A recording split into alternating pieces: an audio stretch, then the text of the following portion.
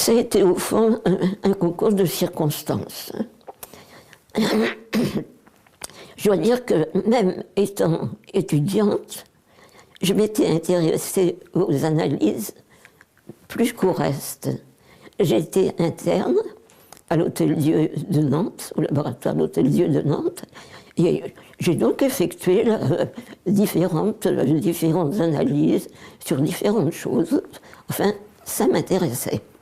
Donc, quand j'ai terminé mes études, je me suis installée sans avoir de projet réel à l'époque, mais très rapidement, j'ai pensé, au fond, étant donné que la question m'intéresse, étant donné que les communications sont maintenant difficiles, je vais créer un laboratoire adjoint à la pharmacie.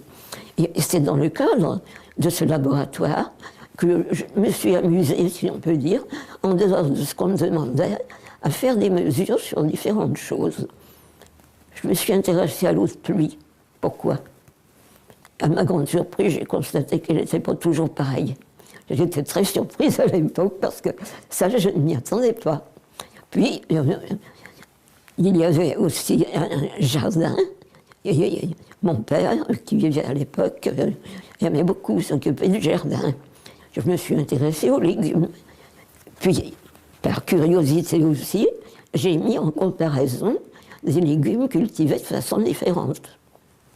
J'ai trouvé des éléments différents. Je fais des coupes de structure pour faire des examens microscopiques. Et j'ai constaté que c'était pas du tout pareil, que si d'un côté j'avais une régularité de structure, de l'autre côté un certain gigantisme, des structures brisées, des choses qui n'étaient pas pareilles. De tout ça, je n'en avais pas entendu parler dans le courant de mes études. Au bout d'un certain temps, je me suis dit, c'est pas normal. Si je faisais une thèse, peut-être que j'en saurais davantage. Alors, j'ai entrepris une thèse que j'ai faite à Paris, thèse consacrée à la toxicologie des glycols. J'ai passé cette thèse, mais ça m'avait intéressé, mais ça n'avait pas apporté de réponse aux questions que je me posais. Alors là, j'ai entrepris de rechercher de droite, de gauche, des documentations diverses pour essayer de me faire une opinion sur quelque chose. J'ai multiplié les mesures sur des plantes, sur l'eau, également sur des gens, quand c'était possible, de façon suivie, pour voir les variations urinaires, les variations salivaires. Ce n'était pas encore la bioélectronique. D'ailleurs, elle n'existait pas à l'époque. Puis, je restais tout à fait perplexe.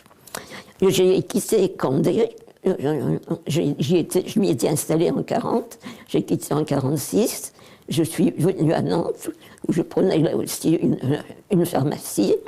Alors là, l'activité de laboratoire était extrêmement réduite, ça ne m'empêchait pas, moi, d'observer différentes choses, de continuer des mesures et d'être toujours intriguée par un certain nombre de choses que je ne connaissais pas.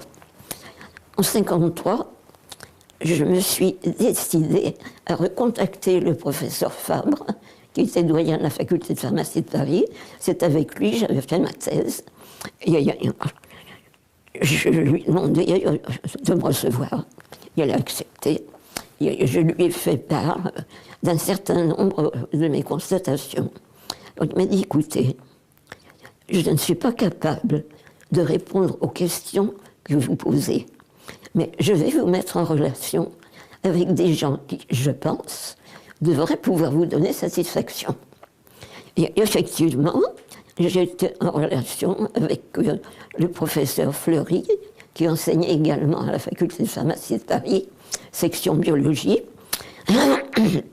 Et je lui ai parlé de certaines mesures urinaires que j'avais faites lors de crises douloureuses d'organismes humains, où je voyais des variations de pH passées d'un extrême à l'autre, de l'alcalose à l'acidose, avant de revenir à la normale, des cristallisations inverses de l'alcalose à l'acidose pour disparaître ensuite. Il m'a dit, écoutez, ce sont des choses qui ne sont pas connues. À mon avis, il faudrait que ce soit fait de façon suivie, par exemple, dans un milieu hospitalier. Ça, je dis, écoutez, je ne suis pas capable, parce que je peux m'absenter quelques jours, d'accord, mais enfin, j'ai ma pharmacie. C'est pas possible. Bon, par le professeur Fabre aussi, j'ai été mise en relation avec un certain professeur Coulon, qui était à l'époque directeur de l'Institut de physique du Globe à Paris. Et il m'a reçu, bien sûr, mais ça a été tout différent. Je lui ai parlé des mesures de variation sur l'eau, et également de variations que j'avais relevées sur l'eau de mer. Alors, je vous cite textuellement sa réponse. Le phénomène des marées est un phénomène qui nous dépasse. On perd son temps quand on s'intéresse au phénomène qui nous dépasse. Si vous ne voulez pas perdre le vôtre, occupez-vous d'autre chose. Et dans les mois qui suivaient, il est devenu directeur du CNRS. Alors là, j'ai commencé à me poser beaucoup de questions sur la science actuelle. J'avais évidemment accumulé un certain nombre de documentations, ensuite de remarques. Et là, je me heurtais à un mur. Il n'y avait plus d'explication nulle part. En 1956, j'exerçais encore la pharmacie.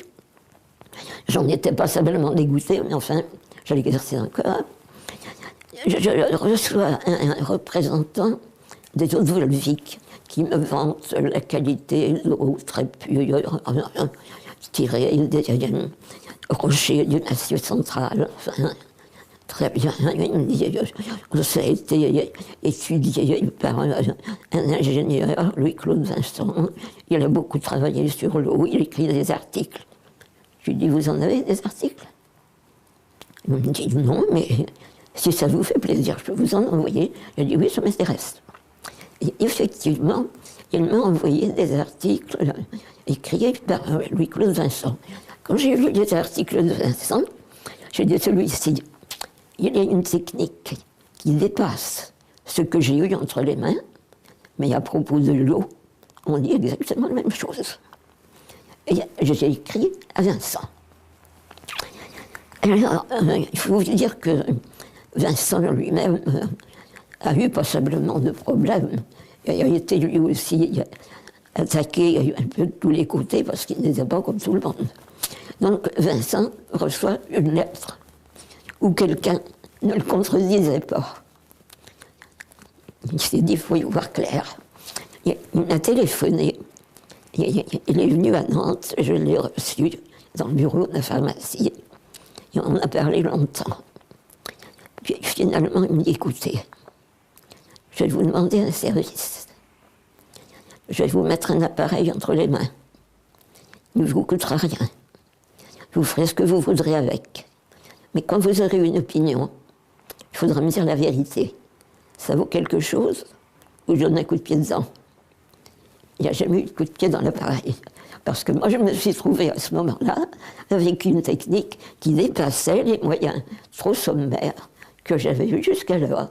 Alors, ça a été, au fond, un peu plus, si vous voulez, le début d'une aventure, parce que non seulement ça ne contredisait pas ce que j'avais précédemment relevé, mais ça le complétait largement.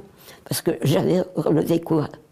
Des sédiments, des mesures de pH, mais je n'avais pas de RH2, je n'avais pas d'activité électrique.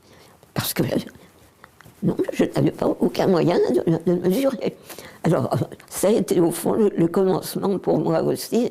Il y avait un début, bien sûr, de suspicion vis-à-vis de tout ce qu'on enseignait.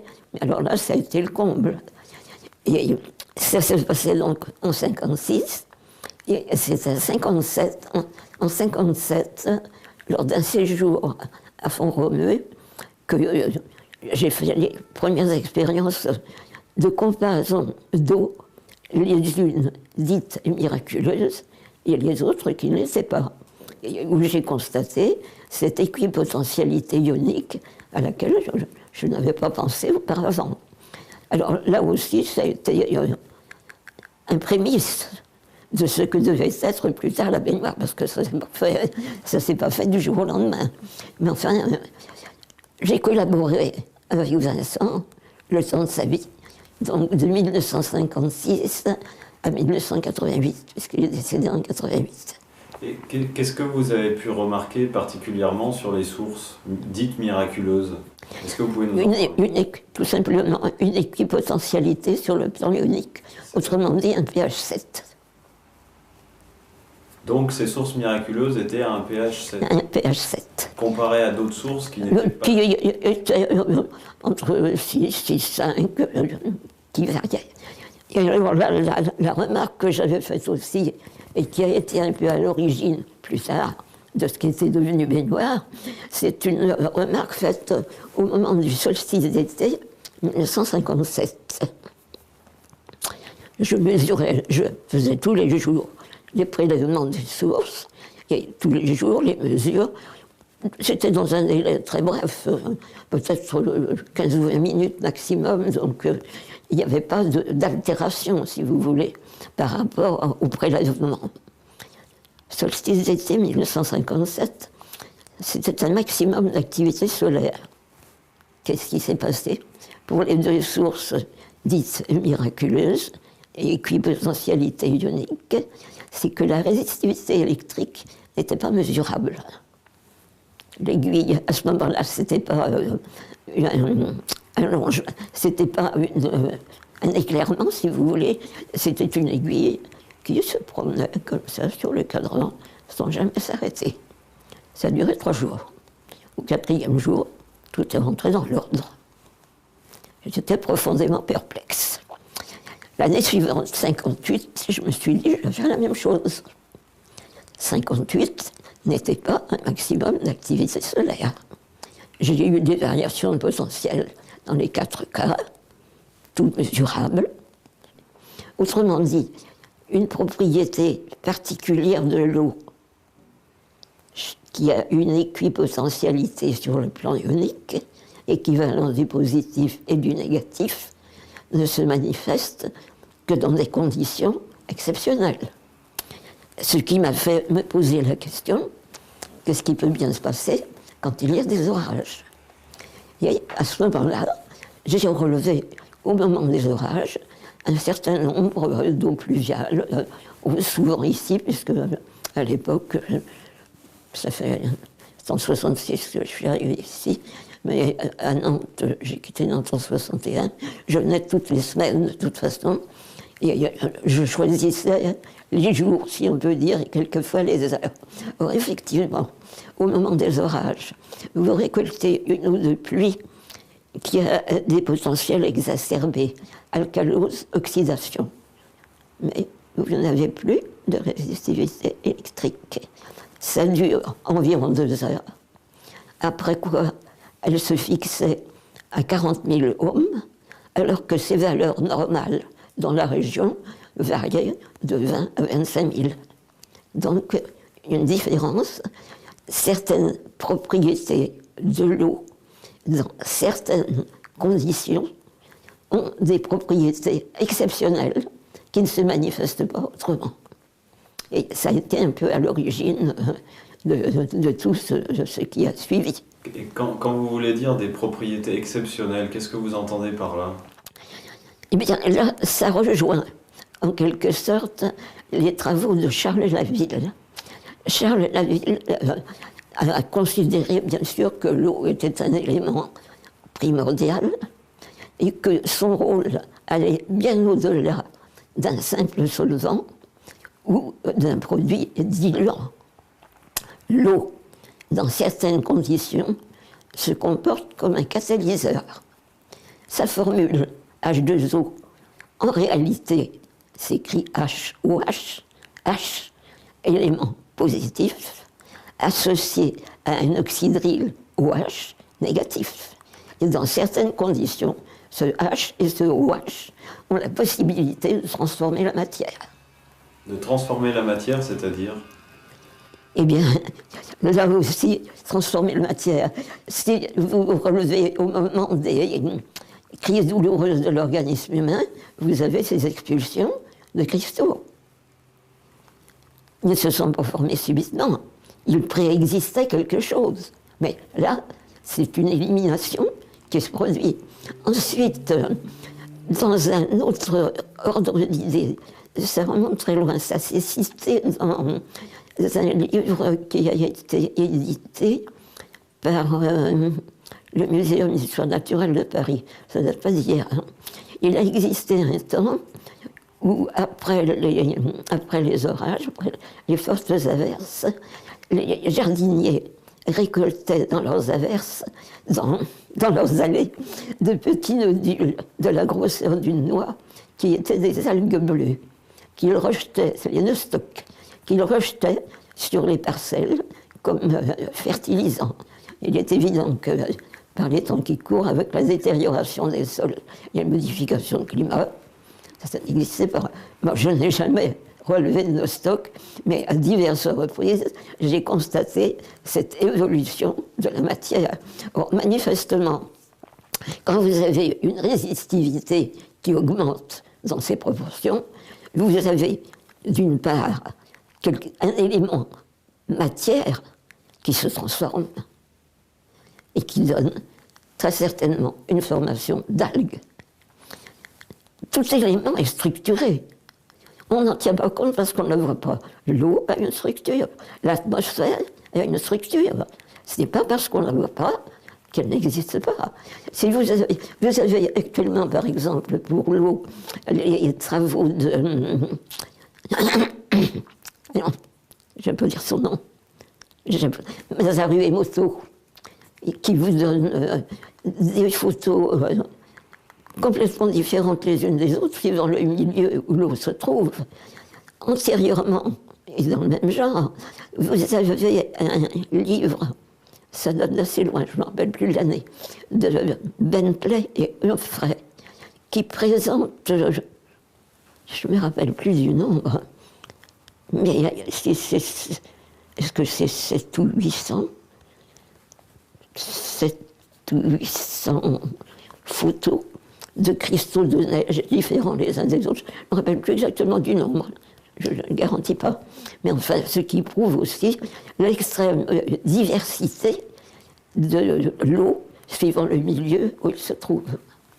Alors, l'eau, suivant sa structure, qui est liée forcément à son pouvoir rotatoire, a des propriétés différentes, et dans certains cas, cette certaine propriété d'électrolyse que mentionnait Charles Laville, et qui très certainement était cette propriété qui se manifestait lorsque cette résistivité était changeante complètement.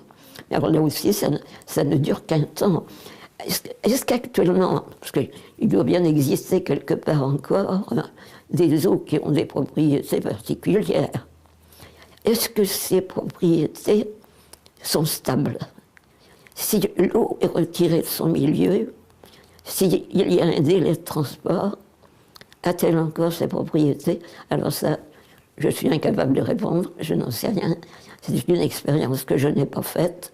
Et avant d'en parler, ces jours derniers, là, j'ai une lettre d'un particulier qui m'écrit à ce sujet-là, qui me demande, il me parle de certaines eaux qui l'intéressent, notamment d'une eau de San Damiano.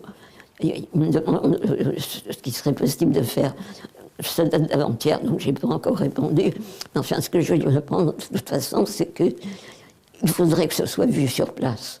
Parce que, est-ce qu'un transport, est-ce qu'un délai va pouvoir respecter les propriétés intégrales de l'eau?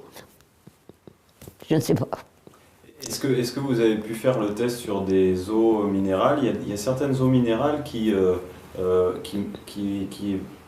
marquent les caractéristiques de la bioélectronique sur leur bouteille. Est-ce que ça, c'est juste? ça restera là aussi à prouver. Où sont faites les mesures? Si c'est un délai très bref, à supposer que ce ne soit pas rigoureux, ça doit s'en rapprocher beaucoup. Maintenant, quand c'est gardé dans des bouteilles, il y a aussi question bouteille, une question qui se pose. Est-ce que la bouteille de verre a les mêmes propriétés que la bouteille de plastique? Ça, c'est une chose que je n'ai pas faite. Le plastique n'était pas répandu au point où il est maintenant quand j'ai fait les expériences. Puis maintenant, évidemment, j'en fais plus. Alors, ça aussi, ce serait à voir. Est-ce que ça ne bloque pas certaines propriétés de l'eau? Parce que l'eau dans l'organisme joue un rôle dans les synthèses qui se font obligatoirement. Est-ce que l'eau du robinet chlorée, quelquefois, il faut presque se boucher le nez pour s'en servir, est-ce qu'elle a encore cette propriété? Est-ce que l'eau mise dans une bouteille de plastique, laissée exposée au soleil, est-ce qu'elle a encore ses propriétés? Je ne sais absolument rien. Il reste beaucoup de choses à apprendre. Est-ce que vous pourriez nous préciser ce que sont les paramètres de la bioélectronique et ce qu'ils veulent dire précisément? Bien, de toute façon, vous avez un paramètre d'acidité ou d'alcalinité, suivant la nature de l'eau. Vous avez un paramètre d'oxydation ou de réduction. Là aussi, ça dépend des eaux. Et puis alors, cette résistivité électrique, pour une eau courante, une eau de boisson courante, il faut une haute résistivité qui puisse assurer l'élimination, ne pas encombrer le corps humain d'autres substances. Or ça, il est certain que les autres services d'eau ne répondent pas à la question. On est axé sur un problème microbien. Il faut détruire le microbe. C'est très joli, mais un microbe ne vit que si le milieu où il se trouve lui permet d'exister. Alors, et ensuite, et toute la flore intestinale d'un animal ou d'un être vivant quel qu'il soit, y compris l'espèce humaine, y compris aussi les plantes. Mais est-ce que c'est respecté par les eaux qu'on emploie?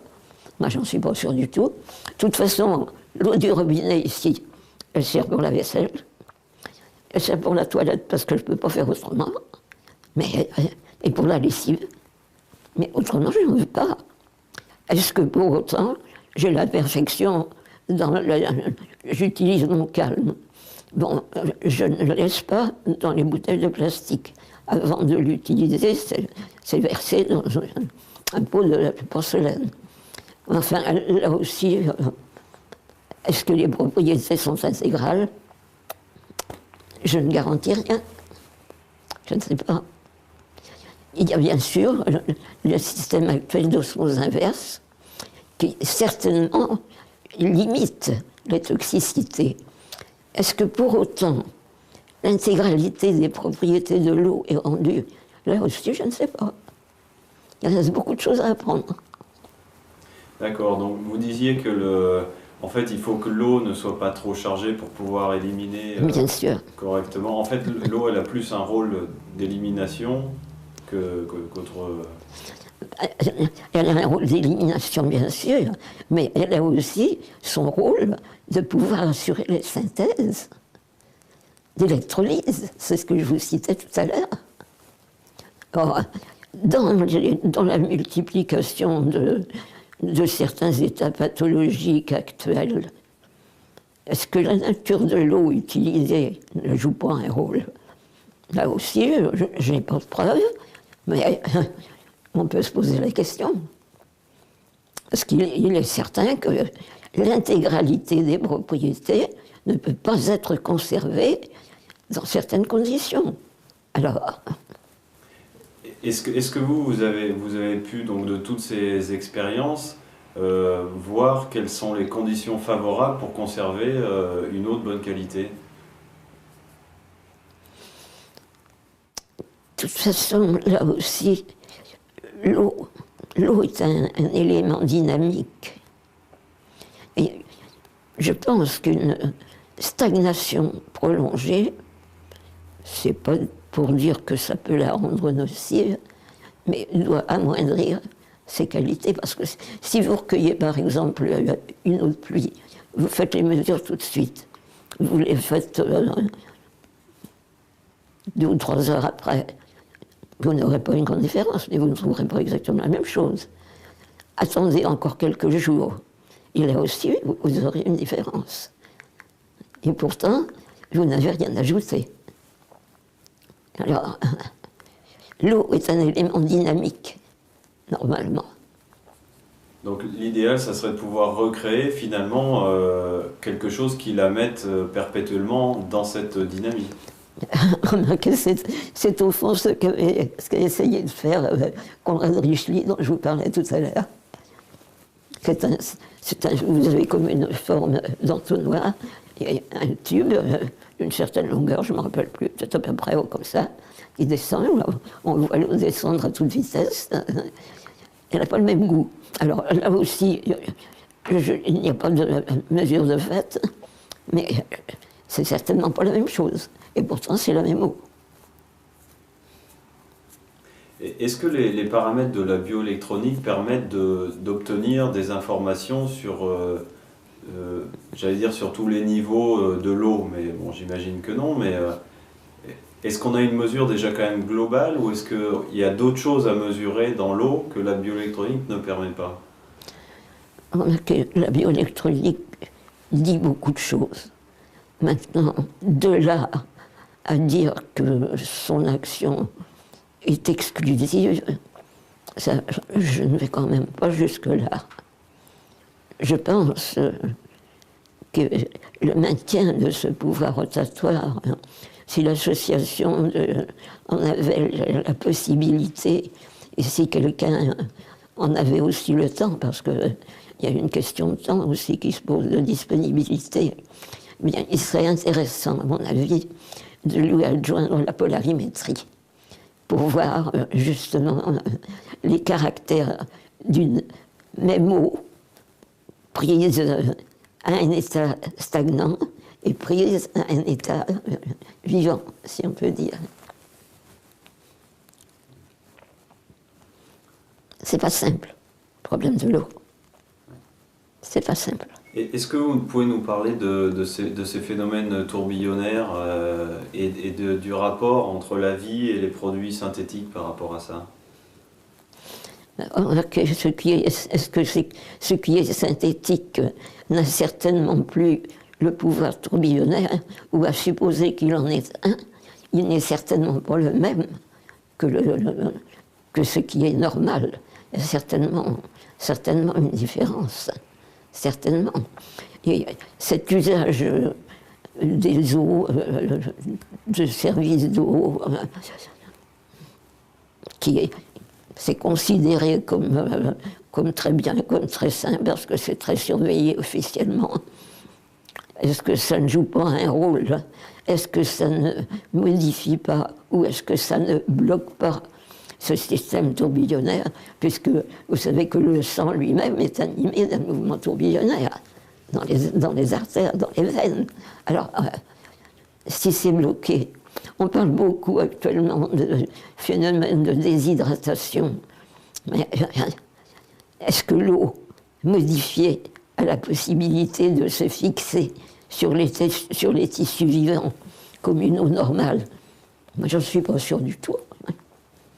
Ça peut très bien jouer un rôle dans un certain nombre de maladies. On cherche des causes ailleurs. Est-ce qu'elles ne sont pas là? Quelle est, à votre avis, la place de l'eau au sein de la médecine par rapport à ça? Ou quelle devrait être sa place, en tout cas? Une place essentielle. Une place essentielle. Avant de savoir, de soumettre quelqu'un à un traitement quelconque, voir quel est l'ensemble des conditions de vie. Ne pas s'attacher uniquement à l'effet produit, mais aux causes qui sont susceptibles de le provoquer. Et ça, c'est trop souvent oublié, je pense. Parce qu'actuellement, les conditions de vie actuelles, c'est dégénéré, qu'il s'agisse des terres, qu'il s'agisse des légumes, des animaux même, qui sont soumis là aussi à des vaccinations intensives, et puis à un régime plus ou moins correct. Tout joue un rôle. Puis il y a aussi l'histoire de l'environnement. Très certainement, téléviseurs, ordinateurs, jeux vidéo, téléphone portable, four à micro-ondes, ce sont des émetteurs. Alors, au fond, on vit dans un milieu perturbé, et tout ce qui est alimentaire, et ce qui est également élément liquide, est perturbé aussi. Comment voulez-vous qu'on se porte bien et que ça dure vraiment? Évidemment, on peut dire on a prolongé la vie, d'accord. On a amélioré les conditions d'hygiène. Pas question de dire le contraire. Mais il y a aussi beaucoup de choses qui vont de travers. Parce que non, on multiplie le nombre des hôpitaux.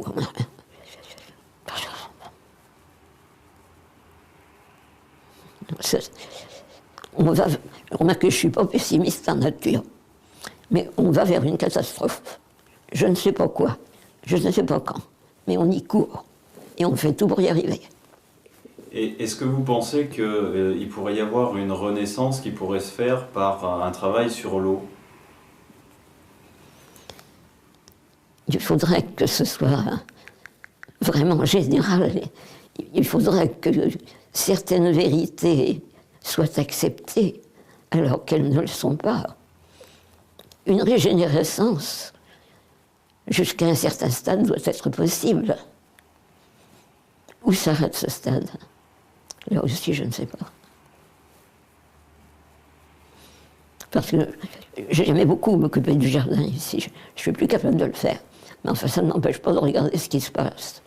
Ben, j'ai eu, par exemple, toute une floraison de pâquerettes au mois d'octobre. J'avais encore jamais vu ça. J'ai eu des primes verts au mois de novembre. Je n'avais jamais vu ça non plus.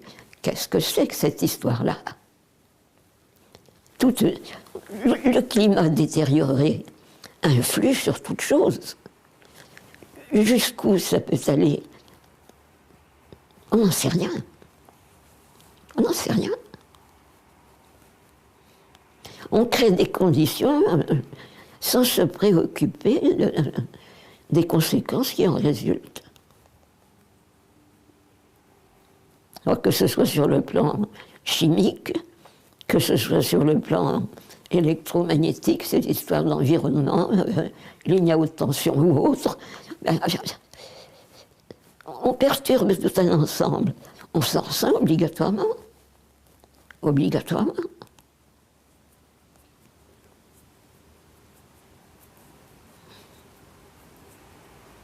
Jeanne, au niveau de la bioélectronique, qu'est-ce que vous pensez où est-ce que ça en est aujourd'hui? Est-ce qu'elle a évolué?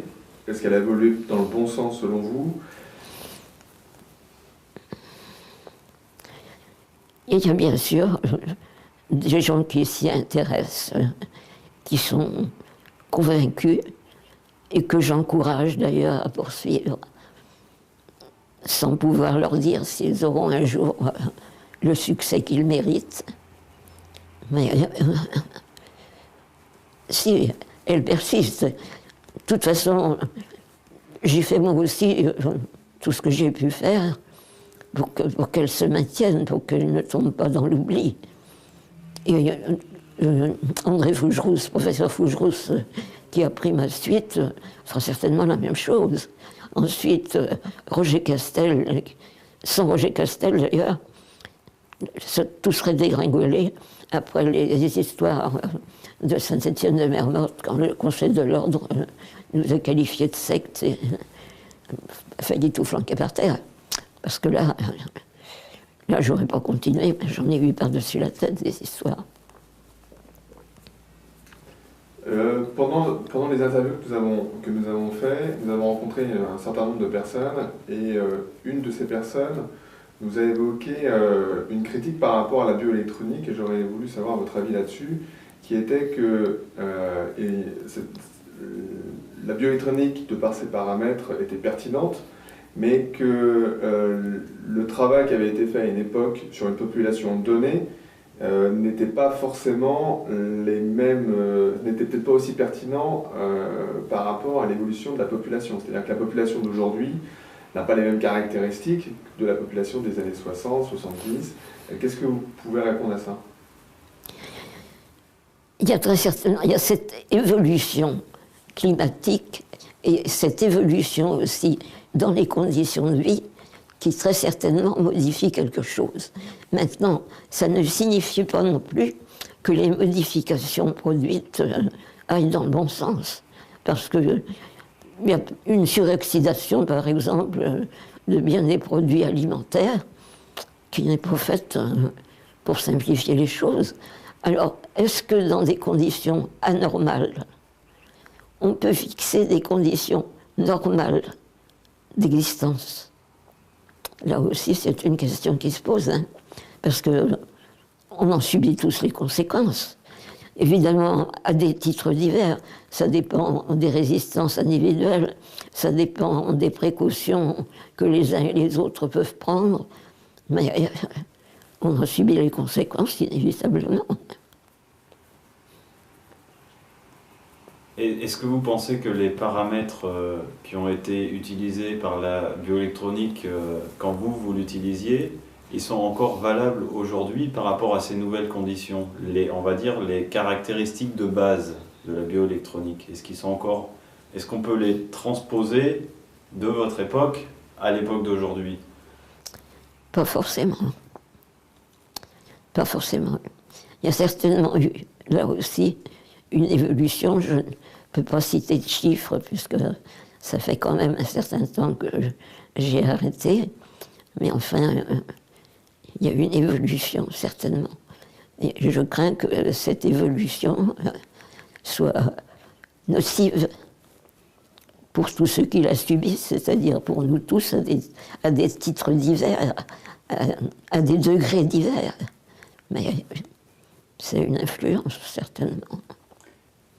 Et à votre sens, à quoi pourrait être le plus pertinent le travail de la bioélectronique aujourd'hui? S'attaquer au problème de l'eau, s'attaquer au problème de l'agriculture et aussi des aliments tout préparés qu'on trouve dans les grandes surfaces et qui sont agrémentés de conservateurs. Il y aurait beaucoup de choses à faire. Et en quels termes la bioélectronique peut répondre à ce type de choses? Qu'est-ce qu'elle peut apporter en fait par rapport à ça? De toute façon, elle relèverait très certainement des phénomènes d'oxydation. Ça, il n'y a pas de doute. Certainement. Certainement. Qu'est-ce que l'oxydation implique au niveau du corps? De toute façon, vous avez des conditions normales de vie pour les cellules, que ce soit sur le plan ionique ou que ce soit sur le plan électronique. Si vous tombez dans des milieux suroxydés, inévitablement, vous aurez des catastrophes. On peut se reporter là, bien sûr, à tous les graphiques établis par Vincent, qui a suivi plus de cas de pathologie que je n'ai pu en suivre moi-même, puisqu'il était d'abord à Paris, il connaissait quand même un certain nombre de gens. Inévitablement, c'est un état nocif. Seulement, la nocivité peut se manifester de manière différente, suivant les sujets. Lui-même, dans ses classements de bioélectronique, Vincent situait les maladies à des niveaux différents. Bien, ça existe toujours, même si les chiffres ne sont plus exactement les mêmes.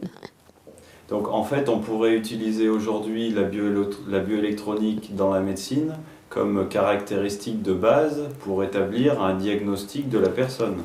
Ben, ma foi, oui. Oui. Et en quoi, à votre sens, ça permettrait une évolution dans la médecine? Qu'est-ce qui leur manque à l'heure actuelle pour accepter ça? Pourquoi ils n'ont pas compris que ces paramètres sont des éléments essentiels pour comprendre l'état de la personne?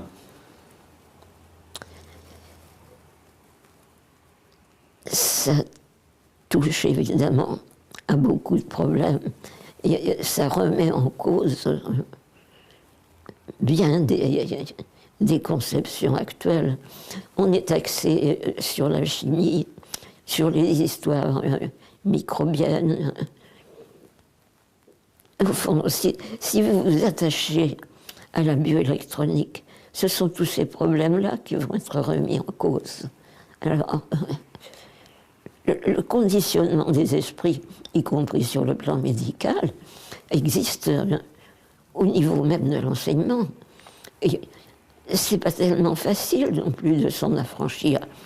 Moi, évidemment, je me rends compte par moi-même, j'ai relevé un certain temps des anomalies que je ne comprenais pas, que je ne pouvais rattacher à rien.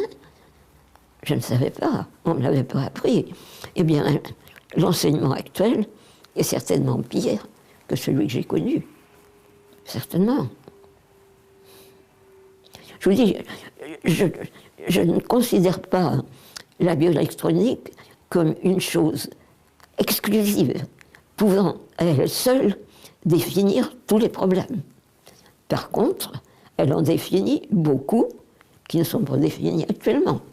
Donc, à mon avis, si j'étais plus jeune, et si j'avais quelques possibilités financières en plus, eh bien, je me réintéresserais aux mesures bioélectroniques en les associant à la polarimétrie, au pouvoir rotatoire.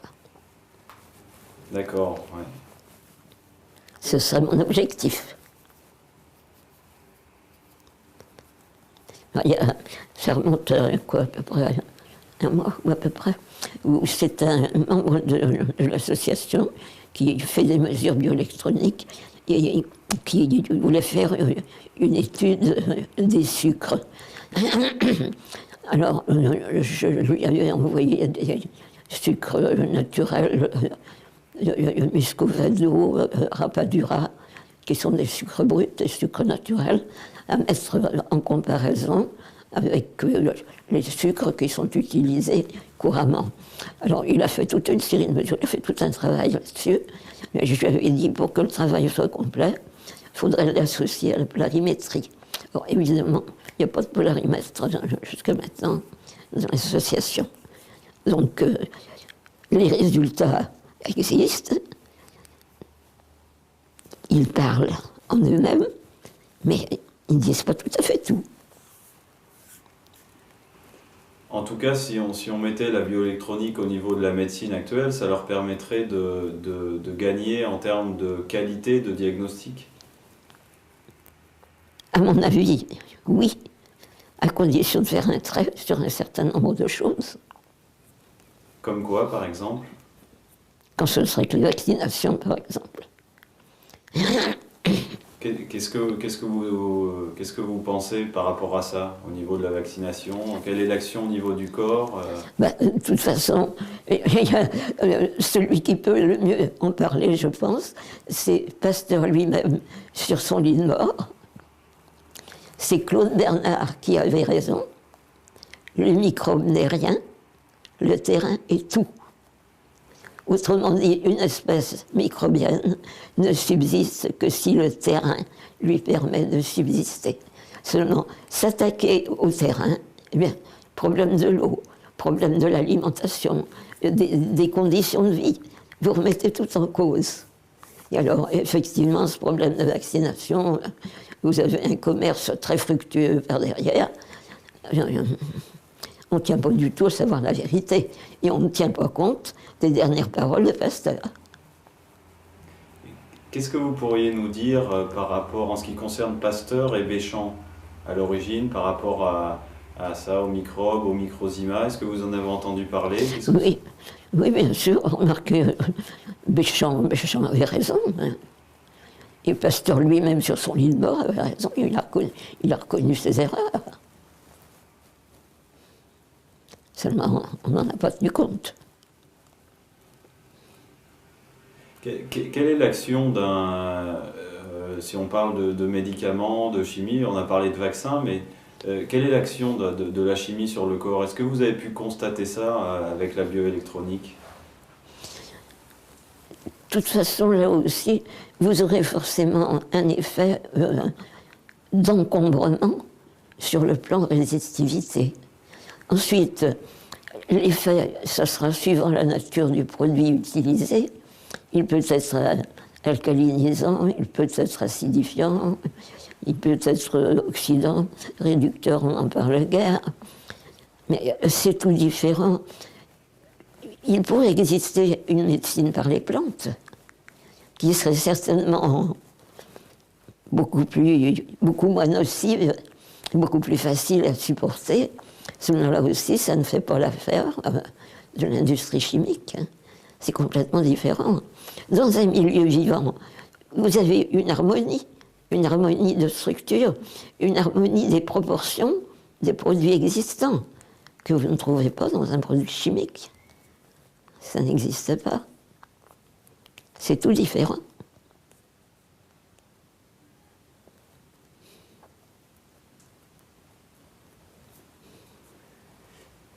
À ce sujet-là, ça me fait penser à l'homéopathie. Qu'est-ce que vous pourriez nous en dire par rapport à l'homéopathie et par rapport à l'énergie aussi? Là, de toute façon, je me suis intéressée à ce problème et j'étais encore en pharmacie. C'était tout à mon début. J'étais à Condé à ce moment-là. Et c'est un médecin homéopathe qui était venu se réfugier dans la région et qui faisait de l'homéopathie.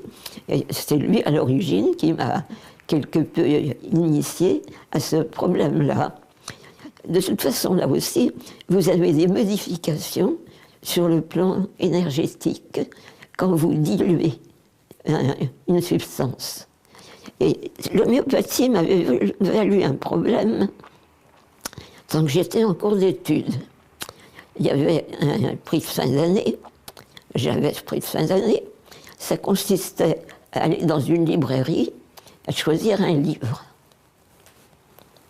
Je choisis un traité d'homéopathie sans en penser plus long. Le lendemain, le secrétaire m'appelle, il me dit, écoutez, c'est très mal vu en médecine, l'homéopathie. Il faut que vous changiez d'avis parce que vous risquez de vous faire mal voir. Ah bon, j'ai changé d'avis. Enfin, ça m'avait intriguée. De telle sorte que quand j'ai connu ce médecin homéopathique, ça m'intéressait d'essayer d'en savoir un peu plus long. Alors, évidemment, sur le plan bioélectronique, lui-même n'avait pas de notion de la question, mais enfin, j'avais fait une constatation sur un certain nombre de produits, c'est qu'à mesure qu'on diluait un produit, la résistivité électrique augmentait dans des proportions qui paraissaient disproportionnées, sans qu'il y ait pour autant de très grosses variations des autres facteurs pH et RH2. De toute façon, je suis favorable à l'homéopathie, c'est certainement... Ça n'a pas la nocivité, bien sûr, de l'allopathie. C'est différent. Ma foi, je l'admettrais très bien, tout autant qu'une médecine par les plantes, qui est à mon avis beaucoup trop négligée actuellement. Je sais bien que là, les plantes aussi, comment sont-elles cultivées? Encore une autre histoire. Vous parlez donc dans l'homéopathie de dilution et de ce paramètre de résistivité qui change, qui évolue, qui devient plus important. Oui. Qu'est-ce que ça signifie en termes d'énergie? Qu'est-ce que ça signifie au niveau du corps? Ça signifie que le produit lui-même a une action plus intense. À mesure que cette dilution augmente maintenant, c'est au médecin évidemment de savoir qu'il veut, s'il s'agit d'un état chronique, s'il s'agit d'un état aigu. C'est au médecin de se rendre compte. Je ne sais pas comment sont réalisées maintenant les dilutions homéopathiques. Est-ce que les petits bacs de dilution sont d'une substance neutre ou métallique? Si c'est métallique, je me méfierais un petit peu. Enfin, ça, je ne sais pas. Je n'ai pas été en relation avec les laboratoires. Et est-ce qu'on pourrait dire que plus la dilution est élevée, plus on va jouer sur un problème chronique ou un problème ancien? Est-ce que l'idée, c'est ça? En général, c'est pour les problèmes aigus ou anciens qu'on utilise les hautes dilutions. C'est assez rare, je pense, qu'on commence par de très hautes dilutions. On doit commencer... enfin, ça peut dépendre des cas aussi. Ça, c'est le médecin qui juge. Enfin, de toute façon, là aussi, je suis favorable à l'homéopathie. Alors, il y a quelque chose que je souhaiterais comprendre au niveau de l'homéopathie, c'est-à-dire que finalement, plus on dilue, donc moins on a de substance de départ, et plus ce produit-là est actif. Est-ce que vous pourriez nous expliquer comment ça fonctionne, ça, par rapport à votre compréhension? C'est une question énergétique, manifestement, parce que vous avez ce problème d'agitation, d'abord, qui là aussi modifie les caractéristiques même de l'eau, qui se trouve amplifiée par l'action du produit que vous avez ajouté. Et manifestement, ces dilutions, un produit à très haute dilution peut très bien avoir une action que ce même produit à basse dilution n'aura pas. Alors je vous dis, là aussi, la question des agitations successives de l'eau joue un rôle, forcément. Est-ce que ça a à voir au fait que la matière est à concentrer d'énergie? Oui. Oui. Quelle place prend l'eau dans ce travail énergétique de l'homéopathie? Pourquoi l'eau? Pourquoi ce support-là? Qu'est-ce qui permet en fait? Remarquez là aussi, là je n'ai pas à mon actif de mesures suivies sur les produits homéopathiques. Mais enfin, vous avez vraisemblablement au stade des dilutions, des agitations qui sont données, une action peut être comparable à une autre échelle, à celle des orages que je citais tout à l'heure. L'eau, vraisemblablement, à un certain stade, là aussi, atteint un niveau qu'elle n'a pas habituellement, et elle transporte, si on peut dire, le produit qu'on lui a ajouté. Et qu'est-ce qui permet à l'eau de contenir ce message ou cette formule de base? Comment, je ne sais pas. Il y a cette faculté dont je parlais tout à l'heure, et qui a été relevée initialement par Charles Laville.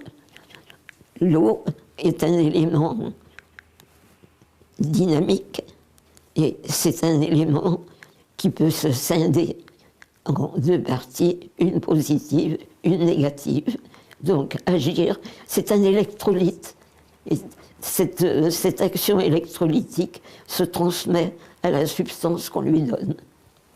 C'est l'action, je pense, qui se produit. Je n'ai pas de vérification à vous donner. Enfin, c'est ce que je pense.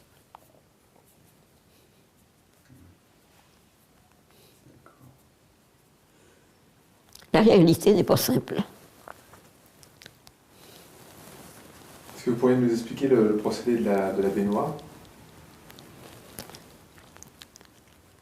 Là aussi, ce qui est recherché, c'est une dynamique. C'est une dynamique de l'eau créée par deux mouvements inverses.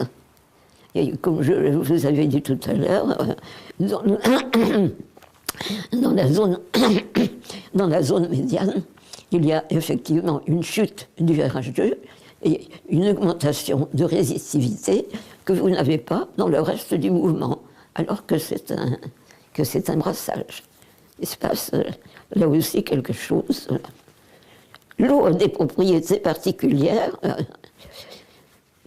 qui très certainement lui sont enlevées, sinon en totalité, du moins en grande partie, par les traitements qu'on lui fait subir. Qu'est-ce que ça apporte concrètement au corps, ce système de baignoire? Est-ce que c'est, il faut, imaginons qu'on ait cette baignoire-là, et les gens prennent un bain tous les jours ou... Non, remarquez, les bains sont très courts, 3 minutes. 3 minutes. Ah oui. Parce que vous êtes en zone isoélectrique, il ne faut pas oublier. Et qu'est-ce que ça a comme bienfait pour le corps? Vous avez une action tonique, d'abord, et surtout éliminatoire. Pratiquement, vous produisez à froid et à l'extérieur du corps un mécanisme qui rappelle le mécanisme de la douleur, qui lui est à l'intérieur et qui se produit à chaud. Donc, élimination. Ces éliminations étaient variables suivant les gens. Pour certains, urinaires, intestinales, plus exceptionnellement au niveau de la peau. Ça n'avait jamais de très longue durée. Mais vous aviez une action tonique qui se ressentait pratiquement tout de suite. Quant aux éliminations, elles étaient quelquefois dans la nuit suivant le premier bain, ou plus généralement dans un délai de 3 ou 4 jours. Et j'ai suivi l'exemple de cette petite fille qui était sous antidépresseurs. Quelle était l'action justement de prendre ces bains pour, en cas de dépression ou de grande nervosité? Alors vous aviez une action de détente. De détente. Une action de détente.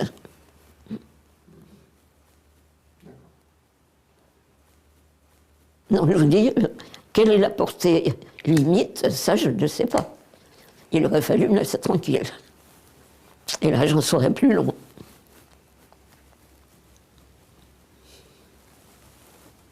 Qu'est-ce que vous pourriez nous dire concernant l'influence de l'univers sur l'humain? Est-ce que ces paramètres-là sont pris en compte? Est-ce qu'ils sont à prendre en compte?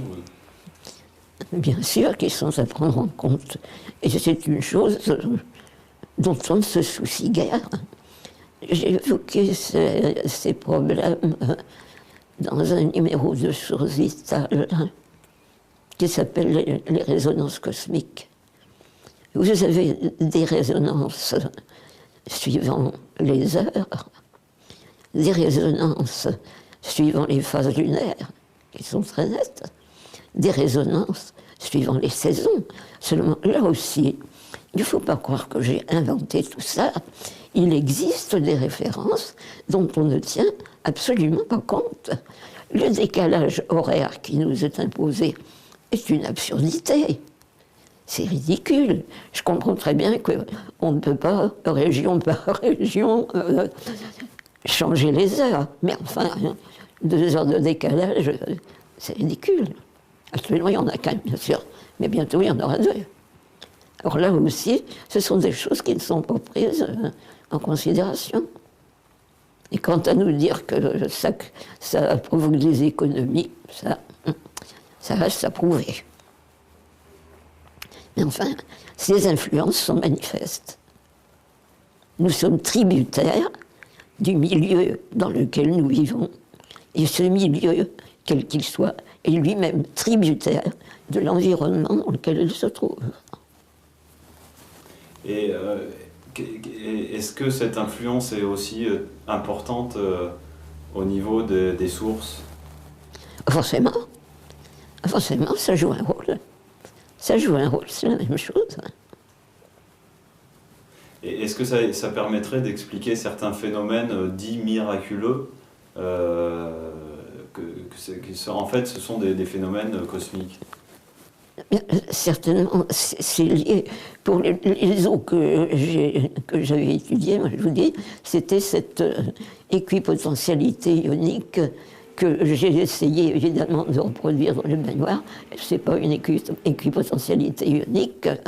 Là, elle est mécanique, c'est différent. Enfin, il y avait quand même une action, mais c'était une action inspirée du cosmos, au fond. Parce que si je n'avais pas fait cette remarque concernant l'équipotentialité des eaux, si je n'avais pas fait cette remarque aussi lorsqu'il y avait des orages, c'est-à-dire des potentiels exacerbés, alors, j'aurais jamais pensé à construire une baignoire. Ça ne serait pas venu à l'idée.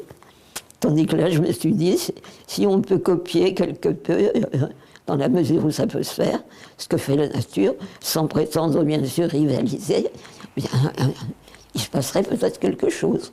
Alors effectivement, il se passe quelque chose. Mais jusqu'où ça va, ben, je ne sais pas. C'est pas simple, hein?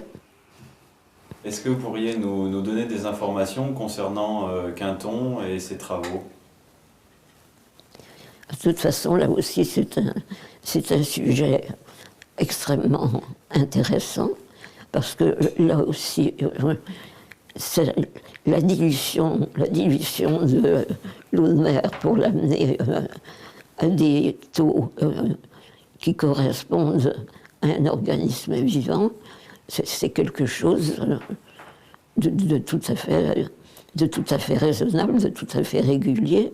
Et là aussi, c'est un moyen naturel qui certainement peut avoir une grande utilité.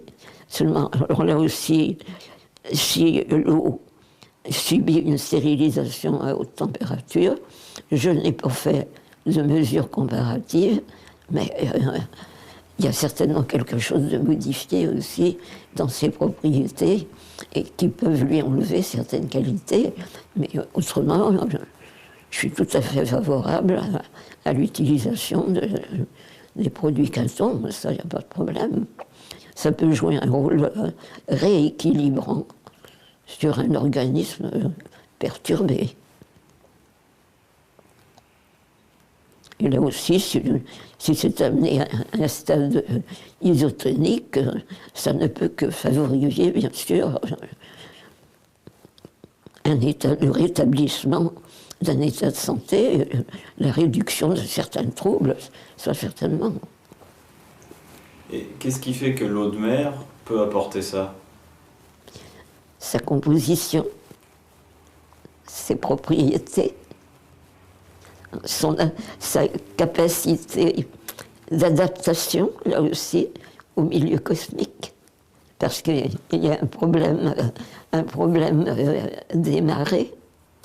Quand vous arrivez à une marée basse, il y a une baisse du pH très nette, d'autant plus intense que la marée est plus forte. Ça aussi, ça fait partie des choses dont on ne veut pas entendre parler. Mais enfin, ça existe quand même. Alors, et qu'est-ce que ça implique, cette baisse de pH Une variation cosmique, tout simplement. Le passage en face d'un axe. Tout simplement. Et ensuite, ça revient à la normale. Alors ça, je l'ai fait, je ne sais pas combien de fois. Toi, sur les côtes de Loire-Atlantique, ou très souvent sur les côtes de Vendée. J'appréciais beaucoup les côtes de Vendée. Enfin, je l'ai relevé en différents lieux. Et je ne sais combien de reprises, ça je ne saurais pas dire.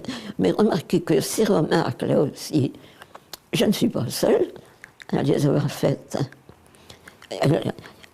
Divers auteurs, en divers points, même pas seulement de France, ont fait des remarques concernant les marées, remarques dont on ne tient pas compte. Et avant que je m'intéresse moi-même à la question, alors j'étais encore en cours d'études, je me rappelais du nom de ce professeur, enfin, qui avait relevé lui aussi ces variations au moment des basses mers. Lui ne les avait pas relevées en Loire-Atlantique. Est-ce que c'était quelque part en Bretagne? Je ne suis plus capable de vous dire, je ne me rappelle plus du nom. J'ai ça noté là aussi dans un des numéros de Source Vitale. Mais enfin, lui aussi avait fait cette remarque. Il était même allé plus loin que moi, parce que moi j'ai mesuré toujours sur les marées diurnes, et lui avait fait la comparaison entre marées diurnes et marées nocturnes. Alors les marées diurnes sont toujours plus marquées que les marées nocturnes. Ça, c'est pas moi qui l'ai fait.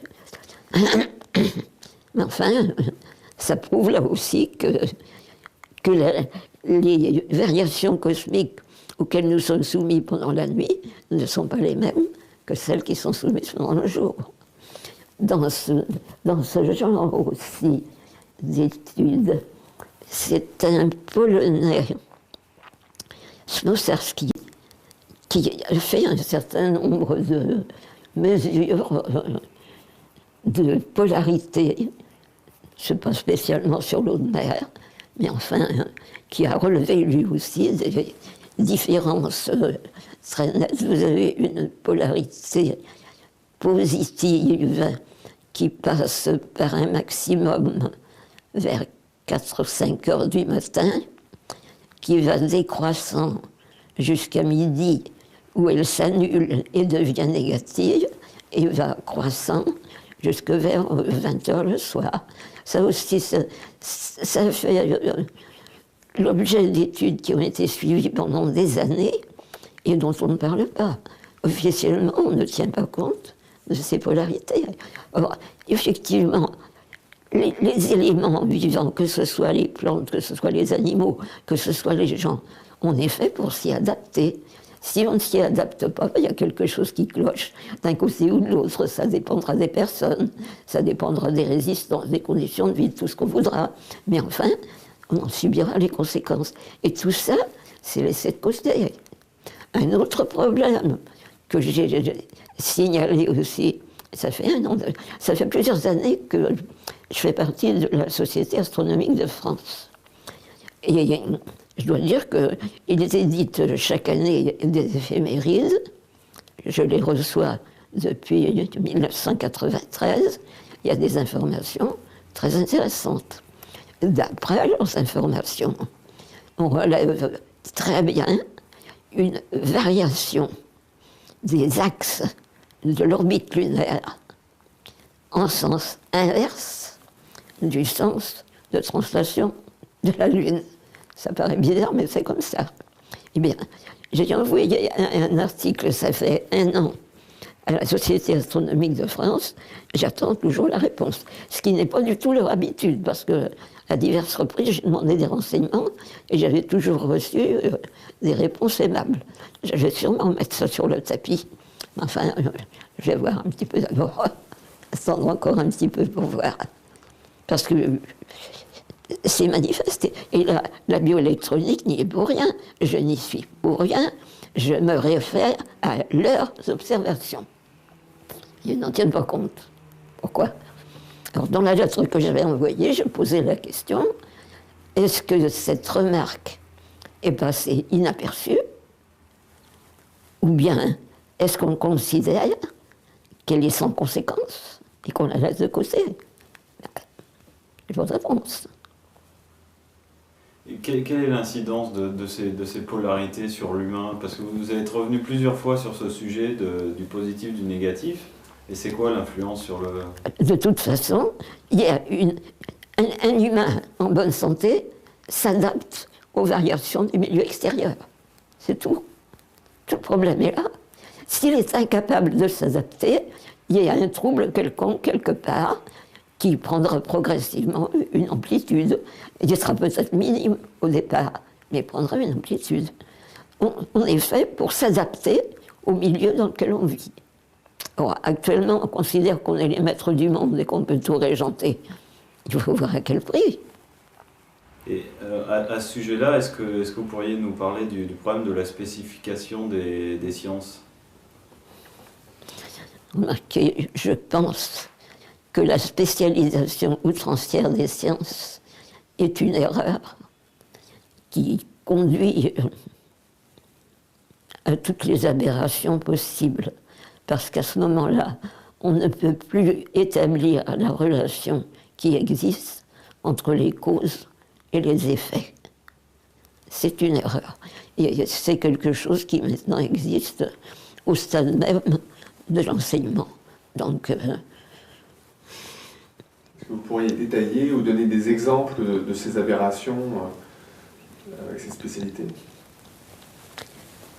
Quand vous avez par exemple beaucoup de personnes qui souffrent de troubles du sommeil, c'est qu'elles ne peuvent pas s'adapter aux changements qui existent entre le jour et la nuit. Vous savez, ça peut s'appliquer à toute chose, à toute chose. Ça peut prendre des proportions différentes, suivant bien sûr la résistance des individus, suivant les conditions dans lesquelles ils vivent, mais on est tous tributaires de ces variations.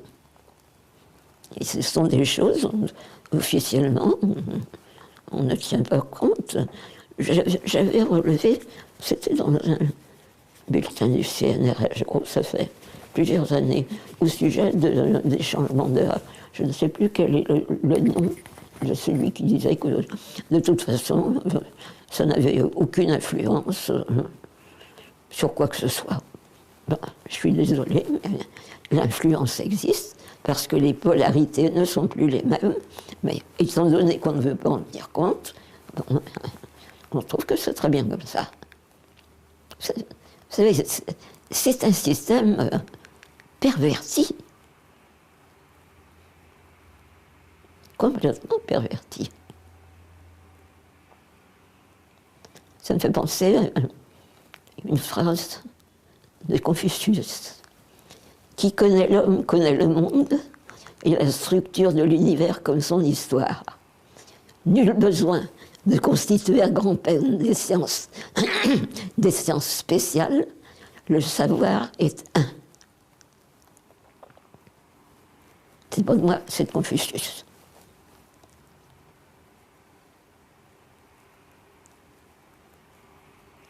Il y a une phrase de Descartes aussi, qui est pas mal. Pour atteindre la vérité, il faut une fois dans sa vie se défaire de toutes les opinions que l'on a reçues pour reconstruire de nouveau, dès le commencement, tout le système de nos connaissances. À ce stade, il n'est nul dogme ni théorie qui ne tienne, et chaque pas effectué dans la progression de la connaissance ne permet que de mieux mesurer l'étendue de ce que l'on ignore. Je suis tout à fait d'accord, tant avec Descartes qu'avec Confucius. Est-ce que vous avez une citation sur l'eau? L'eau... Je pense que c'est pas l'eau précisément, mais enfin, ça peut tout de même concerner. Je la cite une fois dans ce dernier article. C'est une phrase d'un dénommé Max Stoll, qui est très ancienne, cette phrase, et qui est reprise par le docteur Valnet dans un de ses livres. Ce livre de Valnet, c'est le docteur Nature, je crois, et qui lui dit, il dit, ce n'est pas dans les écrits des hommes, mais au sein de la nature qu'il faut prendre des leçons. Et ça, je crois que c'est tout à fait vrai.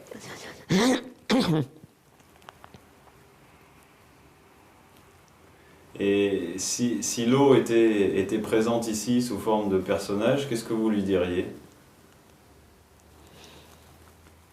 Bien, je lui dirais que je souhaite que la vérité, en ce qui la concerne, puisse se faire jour, parce que ça rendrait certainement service à beaucoup de gens. Parce que je pense que l'eau qui est utilisée, telle l'eau des robinets, joue certainement un grand rôle dans la détérioration de l'état de santé de beaucoup de personnes.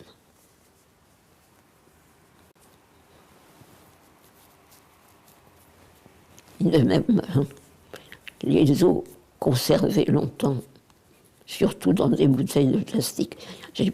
C'est une chose, évidemment, quand j'ai travaillé, je ne dis pas que le plastique n'existait pas, mais enfin, il n'avait pas l'ampleur que ça a pris depuis. Mais autrement, c'est une chose qui serait à faire, prendre une mémo, bouteille de verre d'une part, bouteille de plastique de l'autre, placer dans les mêmes conditions et faire les mesures de façon suivie. Je suis sûre qu'il y aurait une différence. Laquelle? Je ne sais pas.